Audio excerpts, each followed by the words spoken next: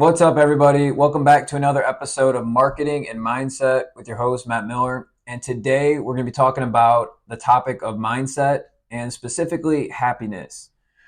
So, what is happiness? If you talk to Tony Robbins, who's a super highly thought upon business coach and author, he talks about happiness as two things: growing and giving.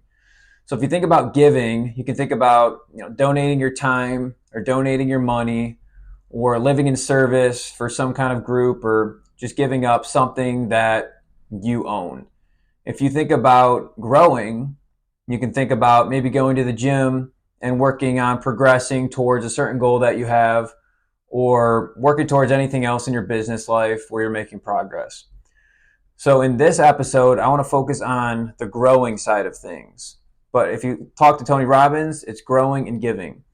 If you talk to Brendon Burchard, another New York Times bestselling author, keynote speaker, he talks about happiness as thinking about a triangle. And if you look at the triangle, it has three different ends. On one end, you have aliveness. On the other end, you have connection. And on the third end, you have meaningful pursuits. And then if you have that aliveness, if you have the connection, and then you're pursuing something meaningful, in the middle, that's where you have growth.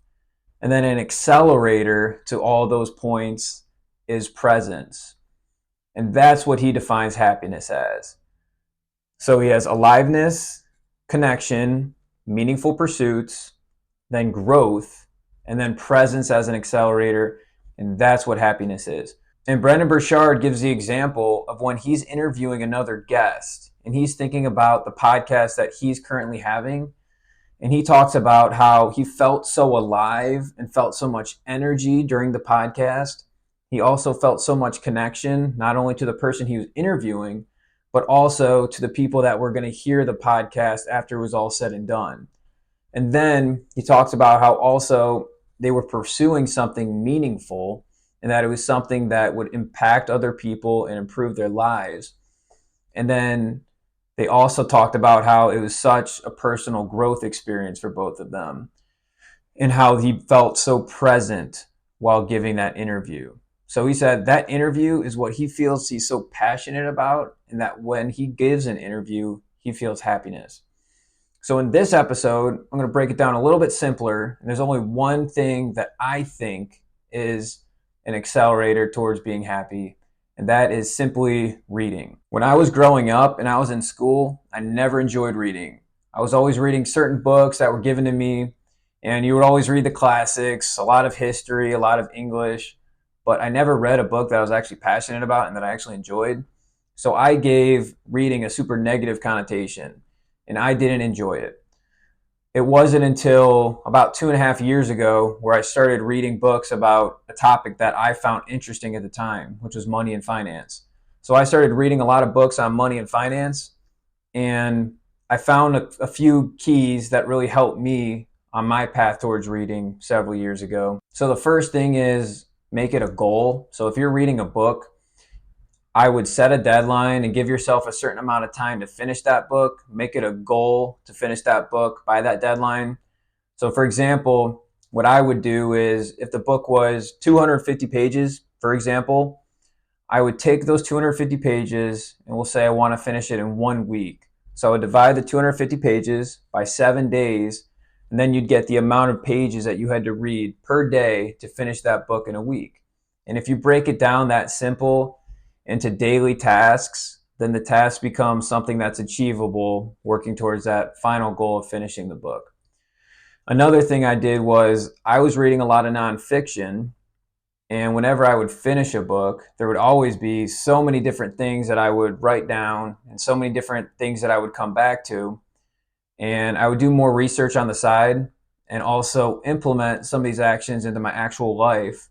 And I saw myself progressing. And since I made it a goal and I was seeing progress, it gave me motivation to continue to read. Another thing I did was I made it a game. So I made it enjoyable, and I started to read a book a week. And I did it for 1 week. And then I said, well, why can't I do it for the next week? And since I enjoyed it because, I set a goal, I accomplished that goal, started building some self-confidence, I said, let's just do it another week. And I made it a goal to read 4 books in 4 weeks, see if that would work. And it did work. So I read those 4 books and I made it a game because I said, the more I'm reading, the more I'm learning, the more I'm implementing, the more I'm expanding and really striving towards happiness.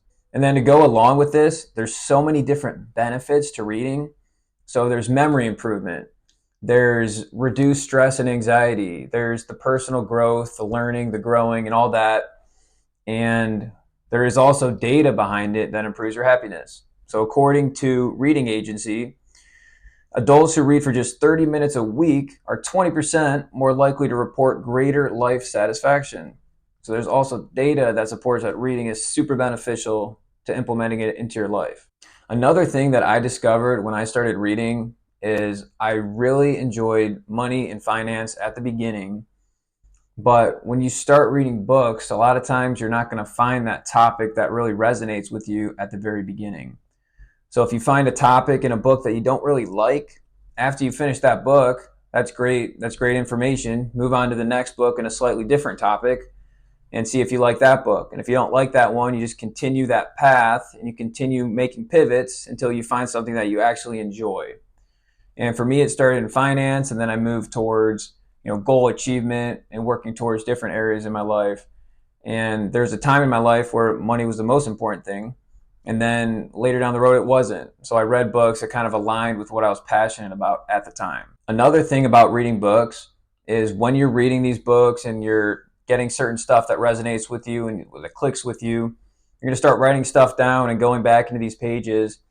And the authors that you're reading, they're going to introduce different authors, or maybe they introduce a podcast, or maybe they talk about certain data and research that you look up on the internet and find something else that benefits you. Maybe they reference a certain group of people and you implement that networking event into your weekly habits, something like that. So there's lots of opportunities through reading that you're going to be presented with just by doing the actual reading itself. So as I mentioned, for me, it all started about finance and money. And I read probably 5, 10, 15 books on that subject. And I also, through reading those books, started finding a lot of different podcasts I just started listening to. And I really tackled the topic of money and finance. And then after those 10 or so books, I made a pivot into something else. And I started thinking about habits. And then I started reading books on, improving your physical health. And then I started reading books about online marketing and business. And I got really into the business side of things. And then I got really into health and well-being. And it's just pivoting and pivoting and pivoting into stuff that I was excited about at the time, which also made me enjoy reading. And I also made it a game and I made it a goal. And through achieving these goals, like I mentioned, I started reading a book a week, and I've done that now for 2 straight years. So I've read over 100 books in 100 weeks, and that feeling of progress and that feeling of growth, that's what really motivates me and what makes me happiest. So to kind of summarize what we were talking about, Tony Robbins describes happiness as growing and giving. We didn't cover much on the giving side of things, but when you help other people and you start donating to certain causes, that can also make you happier. And then Brendon Burchard talked about the 3 different ends on the triangle, how one was aliveness, feeling alive, feeling energy. The other end of the triangle was connection. So can you connect with other people? Is it more than just yourself? And then the final end was meaningful pursuits. So are you pursuing something that's meaningful to your own life?